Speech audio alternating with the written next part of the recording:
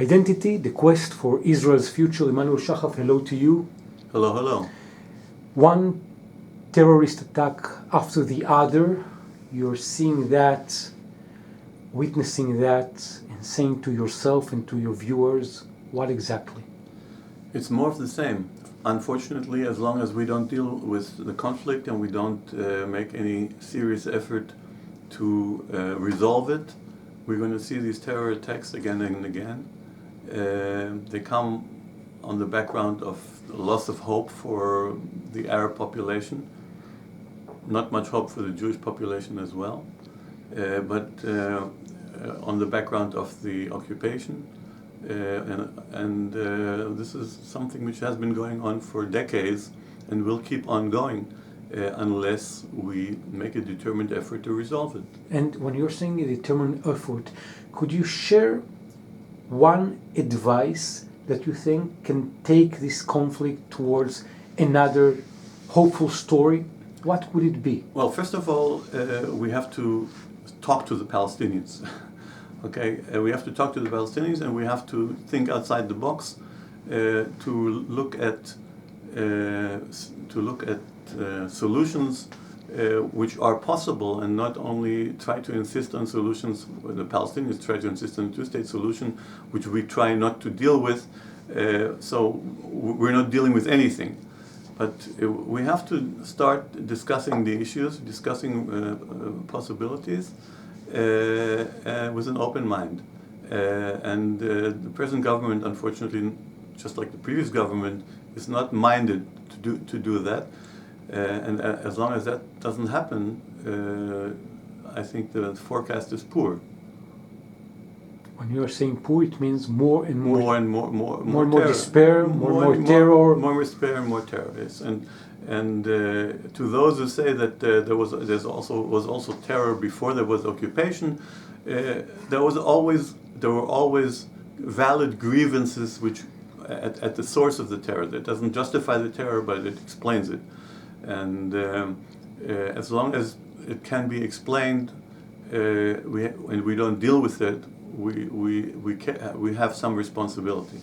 And while the President of the United States, Joe Biden, declares that he would like to go to Israel, to Jerusalem, to Eastern Jerusalem. Yes. What is your perspective about this move? I think it's a good move because it shakes up the government. Okay, first of all, it's a clear break with the previous administration, U.S. administration, which supported Israel's claim that Jerusalem is Israel's capital and only Israel's capital. Biden doesn't support that anymore by wanting to visit, and apparently that visit is going to go through. By doing that, he makes clear the U.S. position, which is not taken well by the Israeli government, and will force the Israeli government to think about what to do, because maybe this is one of the first incidents one of more incidents which may come, which will force Israel to finally decide what it wants to do with the territories.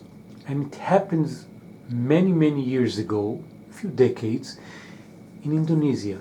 Yes, Eastern Timor. There was a situation in East Timor. East Timor was occupied by Indonesia from 1975 on. An occupation which was basically supported by the West on the background of the Cold War. When the Cold War wound down, that support started to be slowly withdrawn. But what made it go away was a massacre which happened in 1991, a Dili massacre, where Indonesian army forces killed 200 demonstrators. And from that moment on, it started to go downhill. Until Indonesia was forced to leave East Timor and let it become an independent country. It was a watershed event, and we're basically waiting for a watershed event. Okay, wow. And as long as things are happening, there's the situation on the Temple Mount, there's the U.S. government. The Arab countries are repositioning. So King Abdullah is having yes, new claims regarding the Temple Mount. Everything is the dynamic and moving, and the government of Israel isn't responding at this time. We will have to respond, and we will have to deal with it, because if we won't deal with it, it will deal with us, and that won't be pleasant. like a driver in a tractor that is moving towards. The tractor is coming. Okay, so the Biden sits in the cabin, starts to turn on the engine, and slowly, but it's coming. Okay, it's coming, and we have to deal with it. And Israel's government has been wonderful at not dealing with things for decades, basically. But when push comes to shove, we will have to. The Israeli journalist Amos Harel in the Haaretz newspaper reflects some of the things that you're saying. What main points in this new article would you prefer to emphasize? Well, first of all, he refers to the demography, which many Israelis see as a big threat. I don't think it's a big threat, but it doesn't make a difference. If many people see it as a big threat, it's something that has to be dealt with, at least conceptually. You can't deal with it any other way, by proposing solutions. That's one of the possibilities. But also the conflict with the Palestinians, as Amos Harel not surprisingly notes, isn't being dealt with, because as long as the situation is calm, there's no reason to deal with it, and when the situation is not calm, we can't deal with it because we can't give in to outside pressure. So this is like a catch-22, which prevents Israel from dealing, has prevented Israel from dealing with the conflict for many years. Well, you're saying that the demography issue, and I'd like to have your perspective regarding that, is not a real problem, because according to the Federation movement, according to the book Identity, the Quest for Israel's Future, you describe a map of one-state solution, the Federation, which, whether there are more Arabs or less Arabs, referring to the amount of Jewish Israelis, it makes no difference. We all live here. First of all, the federation concept itself proposes a Jewish majority federation, but even the fact that in the whole area the demographic balance is 1-to-1, okay? There's as many Jews as there are Palestinians, is not a threat if the situation is dealt with in a reasonable way, giving equality and economic opportunity to everyone. Hope. And hope. That's what we started with, the fact that there is no hope for many people, and so we have to deal with it. The Supreme Court, do you think it gives any kind of hope? The Supreme Court, in Israel? No, the Supreme Court, it's like, we are in a hole and the Supreme Court is digging.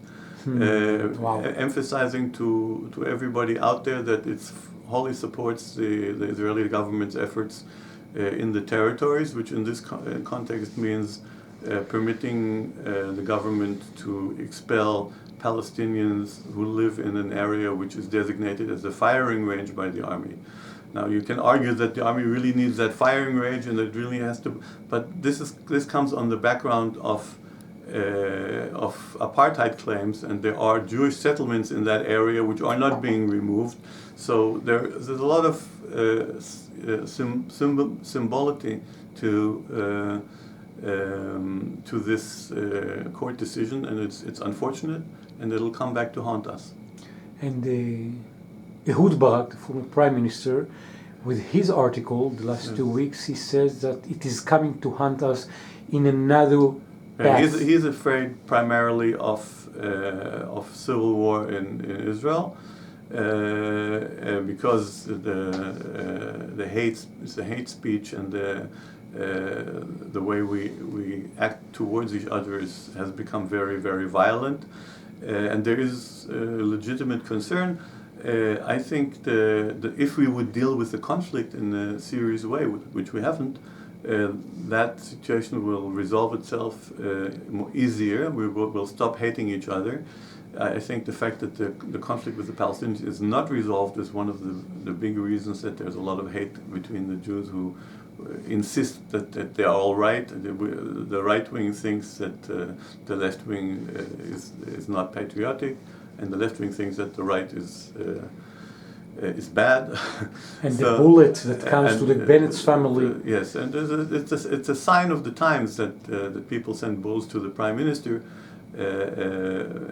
So there is something to worry about. But again, if we deal with the conflict, we'll be able to weather that too. At the end of each report, some good news that you would like to share from the last 2 weeks.